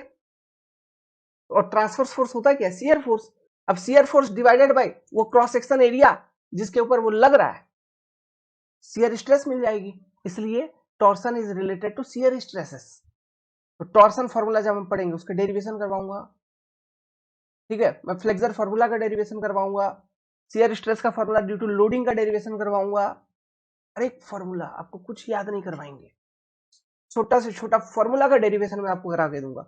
क्योंकि यहां पर ऐसा नहीं है, ये जो फाउंडेशन क्लास है, बेसिक क्लास पूरा है ना, यहाँ पे एवेंजर जैसा आके पीडीएफ टाइप करवा के खत्म। एग्जाम में बैठोगे, मान लो जेई के एग्जाम में बैठे, 100 में से 40 क्वेश्चन नहीं बने तुम्हारे। एई के एग्जाम में बैठे, क्वेश्चन क्या है समझ में ही नहीं आया, दिमाग लगाना पड़ रहा है ऐसे चीजों पे जिसपे दिमाग लगाने की जरूरत भी नहीं है, तो क्या ही मतलब है ना। उतना पैसा आप पे करोगे, लर्न कर रहे हो, वो उसका कोई मतलब नहीं है, ठीक है। तो हम मेहनत करेंगे आपके पीछे 120%। आप भी उसी तरह से प्रिपेयर करते चलिए, मेहनत करते चलिए, चीजों को सुनते चलिए, मजा आ जाएगा दोस्त। लाइफ में दोबारा सोम पेपर पे आना नहीं पड़ेगा, इतना करवा दूंगा अच्छे से, ठीक है। टेंशन मत लो, है ना। इन सब चीजों को हम झेल चुके हैं बहुत अच्छे तरीके से, और इतना शौक था इन सब चीजों को झेलने का कि हायर स्टडीज भी इन्हीं सेक्टर में की, स्ट्रक्चर में, ठीक है। खैर चलिए आगे बढ़ते हैं। तो ये कपल समझ में आ गया आपको। तो ये जो टॉर्सन है, यहाँ पे टॉर्क जो डेवलप हो रहा है, ठीक है। अच्छा वो शियर स्ट्रेस से कैसे रिलेटेड, वो सब हम टॉर्सन वाले चैप्टर में देखेंगे। लेकिन अभी मेरा जो ये बताने का आपको बेसिक उद्देश्य हमारा था वो क्या था, ये था कि आप ये देखो जो ट्रांसवर्स फोर्सेस है वो कैसे लगते हैं, मतलब क्रॉस सेक्शन पे पैरेलल होना चाहिए, और इन्हीं फोर्सेस को हम शियर फोर्स कहते हैं। तो जब हम एसएफडी वीएमडी में देखेंगे वहां पे शियर फोर्स का कैलकुलेट करेंगे, तो आपको मालूम हो जाना चाहिए किसी भी सेक्शन पे शियर फोर्स निकाल रहे मतलब अच्छा उस सेक्शन पे उसका क्रॉस सेक्शन लेंगे तो उसके ट्रांसवर्स डायरेक्शन में वो फोर्स है। अब वो ऊपर हो सकता है, नीचे हो सकता है, वो देखेंगे, वो सब चीज बताऊंगा, शियर फोर्स का भी साइन कन्वेंशन बताऊंगा, कैसे ऑब्जर्व करना है सब बताऊंगा। लेकिन ये तो क्लियर है ना कि वो उस क्रॉस सेक्शन पे के पैरेलल है, वो फोर्स है शियर फोर्स जिसके बारे में हम कैलकुलेट कर रहे हैं। बेंडिंग मोमेंट भी क्लियर हो गया, ट्रांसवर्स एक्सिस के अबाउट मोमेंट लग रही है तो बेंडिंग मोमेंट। ट्विस्टिंग टॉर्सन भी क्लियर हो गया। अब टॉर्सन के कारण ट्विस्टिंग इफेक्ट आता है। ये जो इफेक्ट आपने देखा मेरा हाथ ऐसे मुड़ रहा था, है ना, इस इफेक्ट को ही हम बोलते हैं ट्विस्टिंग इफेक्ट, ओके। जो कि होती है क्यों, टॉर्सन के कारण। और जो आपने मोमेंट देखा ट्रांसवर्स एक्सिस के अबाउट जो मोमेंट अप्लाइड थी जिसको हम बेंडिंग मोमेंट बोल रहे थे, उसके कारण उस मोमेंट के अबाउट बेंडिंग इफेक्ट आता है मेंबर में, ठीक है। बेंडिंग इफेक्ट कहने का मतलब है ट्विस्टिंग, मतलब तो आपने समझा ना, एक्सियल एक्सिस के अबाउट लेंथ के अबाउट मेंबर ट्विस्ट हो रहा है, क्रॉस सेक्शन ट्विस्ट हो रहा है। बेंडिंग मतलब लेंथ के अबाउट इस तरह से बेंड हो रहा है, this is your bending effect. अब बेंडिंग इफेक्ट क्यों आएगी, बेंडिंग इफेक्ट आएगी ड्यू टू बेंडिंग मूवमेंट। और बेंडिंग मूवमेंट क्या है, वो मूवमेंट जो मेंबर के क्रॉस सेक्शन के ऊपर जो ट्रांसवर्स एक्सिस है उसके अबाउट लग रही हो, वो मूवमेंट है बेंडिंग मूवमेंट। और उस तरह के मूवमेंट के कारण मेंबर में बेंडिंग इफेक्ट आएगी, और वो मूवमेंट जो मेंबर का क्रॉस सेक्शन पे जो एक्सियल एक्सिस है उसके अबाउट लग रहा हो उसके कारण ट्विस्टिंग इफेक्ट आएगी। Bending movement is related to normal stresses, समझा रखा मैंने, and torsion is related to shear stresses. तो बेंडिंग मूवमेंट से हम नॉर्मल स्ट्रेस कैलकुलेट करेंगे बेंडिंग स्ट्रेस डिस्ट्रीब्यूशन वाले चैप्टर में, और टॉर्सन से जब टॉर्सन का चैप्टर पढ़ेंगे वहां से हम शियर स्ट्रेसेस को कैलकुलेट करेंगे by using torsion formula in torsion chapter, हर एक क्रॉस सेक्शन बहुत अच्छे तरीके से। और सेक्शन को डिजाइन भी करेंगे फॉर टॉर्सन, डिजाइन भी करना हमको, ठीक है। तो ये चीजें हैं, उम्मीद करता हूं आपको ये चीजें यहाँ पे समझ में आई, ठीक है। कपल वगैरह क्या है समझ में आई। चलिए अब थोड़ा सा लिखने का काम करते हैं। जो मैंने आपको बताया था डिफॉर्मेशन इससे पहले वाले चैप्टर में, और चैप्टर क्या मतलब पहले वाले क्लास में, कि हमको सोम के अंदर बेसिकली डिफॉर्मेशन के बारे में हमको पढ़ना होता है। तो हम अब ये तो जान लें, आपसे कोई इंटरव्यू में पूछ लेगा कि मटेरियल में डिफॉर्मेशन किन किन कारणों से होता है, क्या जवाब दोगे? या फिर क्वेश्चन ही ऑब्जेक्टिव बना के दे दिया कि these are the following reasons due to which deformation in material occurs, tick. समझ रहे? तो हमको क्लैरिटी होना चाहिए कि ऐसे कौन कौन से कारण है जिनके कारण डिफॉर्मेशन होगी। तो पहला, एक्सियल फोर्सेस, एक्सियल फोर्सेस, इसको आप नॉर्मल फोर्सेस भी कह सकते हैं, है ना, नॉर्मल फोर्सेस, क्योंकि ये क्रॉस सेक्शन के नॉर्मल होते हैं, नॉर्मल फोर्सेस, इनके कारण डिफॉर्मेशन होती है। एक्सियल फोर्सेस या नॉर्मल फोर्सेस मतलब समझ रहे हो ना? ये मान लो एक मेंबर है, अब ये जो मेंबर मैं फोटो बना रहा हूँ इसको जनरली बीम बोलते हैं, और बीम होता है क्या, उसको डिफाइन करेंगे आगे, ठीक है? अभी सब चीज आने वाला है, types of support, type of beam, ठीक है, बहुत सारा बेसिक रिलेशनशिप पहले डेवलप करूंगा एसएफडी बीएमडी में जाने से पहले, सब आने वाला है। धीरे धीरे बोल रहा हूँ, चीजों को बहुत क्लैरिटी के साथ पढ़ना अपने को, ठीक है? टाइम लगेगा बट ऐसा सिखा दूंगा, एक बार पढ़ लेंगे, दोबारा फिर लाइफ में कभी सोम पढ़ने की जरूरत नहीं पड़ेगी। बस ध्यान से अटेंटिवली पढ़ते चलिए। और ये जो क्लासेस है, इसका जो मैं लिख रहा हूँ ना, ये पीडीएफ भी आपको अवेलेबल हो जाएगा, बट ये सब चीज यार छोटा मोटा चीज आप लिख लो, ज्यादा अच्छा रहेगा, क्योंकि अपना हाथ से लिखा हुआ चीज समझ के उसका एक मजा अलग आता है ना? जब देखोगे कॉपी, अच्छा मैंने खुद लिखा है, वह मेरा कॉपी है, मेरा नोट्स है, मजा ही अलग आएगा। तो एक्सियल फोर्सेस मतलब ये टेंसाइल नेचर की हो सकती है या कंप्रेसिव हो सकती है। टेंसाइल मतलब क्रॉस सेक्शन से बाहर निकलता हुआ एरो अगर दिखा रहा है, टेंसाइल क्रॉस सेक्शन के अंदर जाता हुआ एरो दिखा रहा है, कंप्रेसिव। और इसका साइन कन्वेंशन जनरल ये होता है, जो टेंसाइल फोर्सेस है उसको हम पॉजिटिव लेते हैं, और जो कंप्रेसिव फोर्स उसको नेगेटिव लेते हैं। बताएंगे आगे चल के, घबराने की जरूरत नहीं है, जस्ट देखो, ठीक है? दूसरी, transverse forces, transverse forces, transverse forces में जो आपने देखा अभी, क्या देखा? शियर फोर्स होता है, शियर फोर्स। जब हम स्लोप और डिफ्लेक्शन वाला चैप्टर पढ़ेंगे ना, वहां पे मैं आपको दिखाऊंगा, ठीक है, किस तरह से डिफॉर्मेशन होता है। जैसे ये मेंबर है, इस मेंबर को जनरली बीम बोलते हैं, यहाँ पे मैंने कोई इस तरह से फोर्स लगा दिया, तो क्या ये ट्रांसवर्स फोर्स नहीं है? तो ये ट्रांसवर्स फोर्स के कारण मेंबर डिफ्लेक्ट कर जाती है, तो उसमें थोड़ा डिफॉर्मेशन आती है, बेंड हो जाती है, वो थोड़ा स्लोप आता है। तो वो सारे छोटे छोटे डिफॉर्मेशन है। डिफॉर्मेशन मतलब क्या है? चेंज इन शेप बता रखा था मैंने, ये चीज भी ध्यान रखना, पूछ लेंगे what do you mean by deformation in strength of material, एक नंबर का क्वेश्चन जेई में पूछता है, बहुत ये लॉजिकल क्वेश्चन है, बहुत लोगों को आंसर मालूम नहीं होती। उसमें ऑप्शन रहेगा change in length, change in ये, चेंज इन शेप, तो जो करेक्ट आंसर होगा वो क्या होगा? चेंज इन शेप, ठीक है, शेप में परिवर्तन, वो होती है डिफॉर्मेशन, ठीक है? तो ये आपका ट्रांसफर फोर्स के कारण। तीसरा किस कारण से हो सकता है? Transverse couple, transverse couple, transverse couple मतलब क्या था? ट्रांसवर्स कपल अभी तो बताया था मैंने, उसको हम जनरली बेंडिंग मोमेंट बोलते हैं, ठीक है? ट्रांसवर्स कपल मतलब इसके कारण डिफॉर्मेशन होती है, हो रही है ना, बेंडिंग हो रही है, मेंबर का बेंडिंग हो रही है, तो डिफॉर्मेशन होगा। चौथा जो फैक्टर है जिस कारण से मेंबर में डिफॉर्मेशन देखने को मिलता है, वो एक्सियल कपल। अब एक्सियल कपल को मैंने क्या बोल रखा है? टॉर्क या टॉर्सन, इसके कारण भी डिफॉर्मेशन होती है। अब इन सारे डिफॉर्मेशन में से हम बेसिकली सोम के अंदर पढ़ते किस पे हैं, हमारा जोर किस पे रहता है? पूरा का पूरा सिलेबस जो कन्फाइंड है, चाहे वो सोम में देख लो, स्ट्रक्चर में देख लो, एक्सियल वाला पढ़ेंगे, नॉर्मल स्ट्रेस स्ट्रेन चैप्टर के अंदर हुक्स लॉ का एप्लीकेशन वगैरह देखेंगे, उसमें एक्सियल डिफॉर्मेशन आएंगे नॉर्मल फोर्सेस के कारण, है ना, elongation of member due to normal forces, वो पूरा स्टडी करेंगे। वो ट्रांसवर्स तो ये तो करते ही करते हैं यार, और बेंडिंग मोमेंट के कारण, मतलब शियर फोर्स और बेंडिंग मोमेंट के कारण डिफॉर्मेशंस बहुत पढ़ते हैं। टॉर्सन के कारण उतना बेसिकली हम नहीं पढ़ते हैं, ठीक है? टॉर्सन के कारण बेसिकली नहीं पढ़ते हैं, ओके? लेकिन ये सारा चीज आपको पूरा भरपूर देखने को मिलेगा पूरा सिलेबस में, है ना? क्योंकि टॉर्सन वगैरह के कारण उतना वो टॉर्सन वगैरह उतना जनरली स्ट्रक्चर में आती भी नहीं है, आती है तो कोई स्पेशल पर्पस में आती है, और उसके लिए हम बहुत अच्छे तरीके से मेंबर को डिजाइन भी कर लेते हैं, ओके? जैसे स्लैब वगैरह आपने आरसीसी में अगर पढ़ रखा होगा, तो स्लैब में कॉर्नर में डाला जाता है टॉर्सन रिइंफोर्समेंट, खैर वो आरसीसी जब आएगी वहां पे बताएंगे, ठीक है? तो अभी चीजों को समझते रहिए। तो ये सारे वो चीजें हैं, पैरामीटर्स हैं, जिनके कारण मेंबर में डिफॉर्मेशन आती है सोम के अंदर। लिख लो अच्छे से, ढंग से, ध्यान से लिख लो।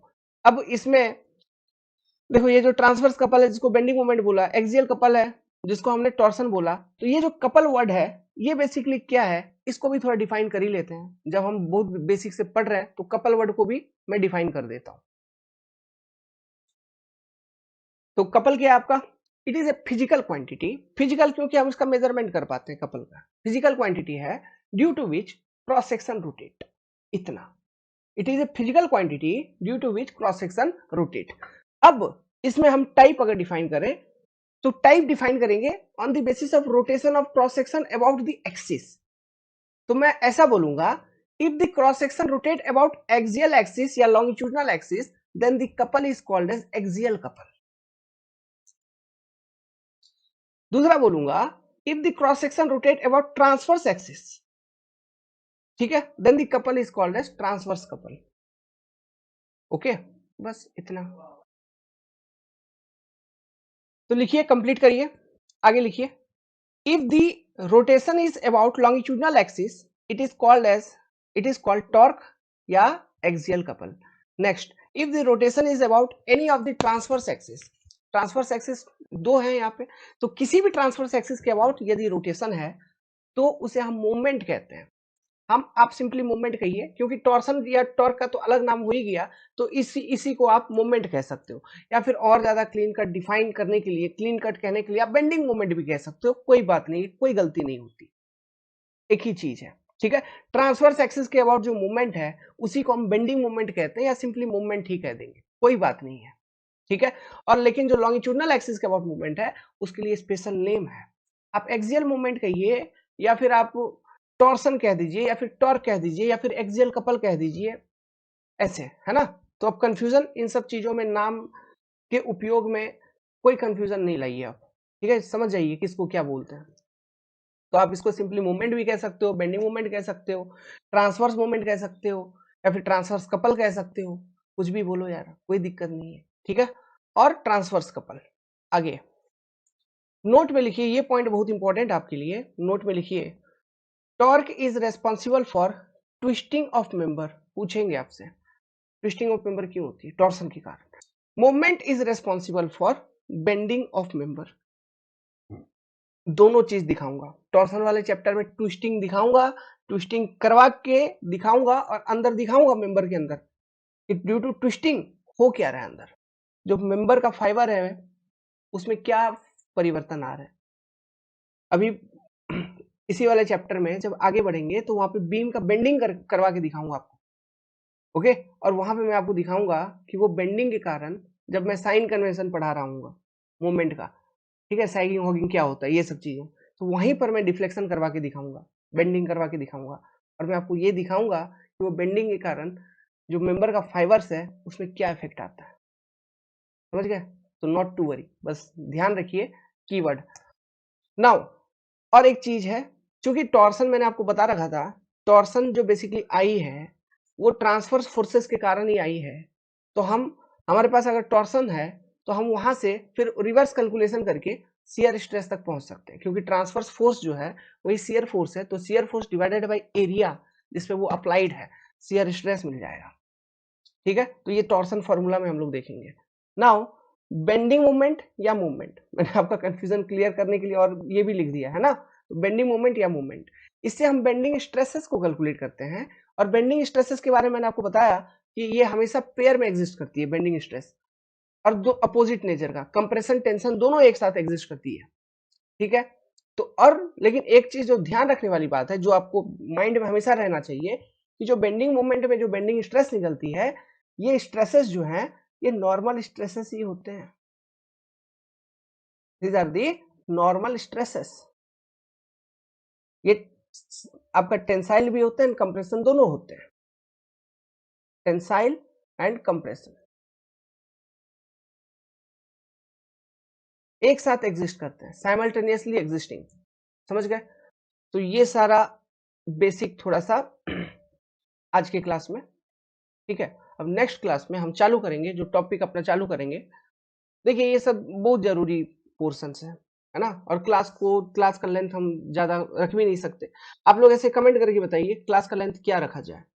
हमने सोचा है 1 से 1.5 घंटे के बीच का, क्योंकि आप 3 घंटा 4 घंटा मैं बैठा दूंगा पढ़ाने, मैं जहाँ पढ़ाता हूँ वहाँ 6-6 घंटा तक पढ़ाया हूँ, है ना? तो 3-4 घंटा आपको बैठा दूंगा पढ़ाने के लिए, तो थोड़ा सा वो करेंगे, धीरे धीरे धीरे धीरे करेंगे, मतलब जैसे जैसे अभी माहौल गर्म होता चलेगा ना तो करेंगे। अब देखना एक एक क्वेश्चन समझाने में, इतने बड़े बड़े क्वेश्चन एसएफडी बीएमडी का समझाऊंगा मैं, उन एक एक क्वेश्चन को समझाने में कन्वेंशनल क्वेश्चन भी कुछ तो समझाऊंगा, ताकि आपका पूरा का पूरा बेसिक कैलकुलेशन एकदम परफेक्ट हो जाए, है ना? ऐसा तो नहीं है कि कन्वेंशनल बिल्कुल भी नहीं करेंगे, कुछ ना कुछ क्वेश्चन तो समझाऊंगा ताकि आपका कैलकुलेशन में मिस्टेक ना हो, इसके लिए। तो वो एक एक क्वेश्चन एक एक घंटे का हुआ, इतना मतलब पढ़ेंगे, ठीक है? तो आप बताइएगा, कमेंट करिए, बताइए, कोई भी डाउट हो तो आप कमेंट करिए, ठीक है? और पूछ लीजिएगा कमेंट करके। एंड नेक्स्ट क्लास से जो हम चालू करेंगे, जो टॉपिक हम नेक्स्ट इमीडिएट टॉपिक जो हमारा होगा वो होगा टाइप्स ऑफ सपोर्ट, फिर टाइप्स ऑफ बीम देखेंगे, फिर स्टैटिक इंडिटरमिनेसी के बारे में थोड़ा कॉन्सेप्ट हम लोग लर्न करेंगे, एंड काइनेमेटिक इंडिटरमिनेसी वगैरह, फिर इक्विलिब्रियम इक्वेशंस का कॉन्सेप्ट लर्न करेंगे, ये सारा बेसिक है। उसके उसके बाद फिर शियर फोर्स का डेफिनेशन देखेंगे, फिर बेंडिंग मोमेंट का डेफिनेशन देखेंगे, शियर फोर्स का साइन कन्वेंशन समझाऊंगा, बेंडिंग मोमेंट का साइन कन्वेंशन समझाऊंगा, ओके? तो ऐसे ये सब मजाक नहीं है ना? बिना इन सब चीजों को किए आपका कैलकुलेशन, आपका कंसेप्ट कभी तगड़ा नहीं होगा, और हर दम लाइफ में क्वेश्चंस गलत होते रहेंगे, कैलकुलेशंस गलत होते रहेंगे। तो ये सारे जो पोर्शंस अभी स्टार्टिंग का जो डिस्कशन चलेगा ये इंपॉर्टेंट है, क्योंकि इनका एप्लीकेशन पूरा का पूरा चैप्टर में करूंगा, ठीक है? यही इंपॉर्टेंट है। इसके बाद तो क्या है, जस्ट एक बार इक्वेशन लिखने का तरीका सिखा दिया, फिर 10-15 क्वेश्चन करके दिखा दूंगा, देख लो भाई, ऐसा समझ गए बात को? तो ये सारा बेसिक आइटम है, तो don't miss the class. All the best.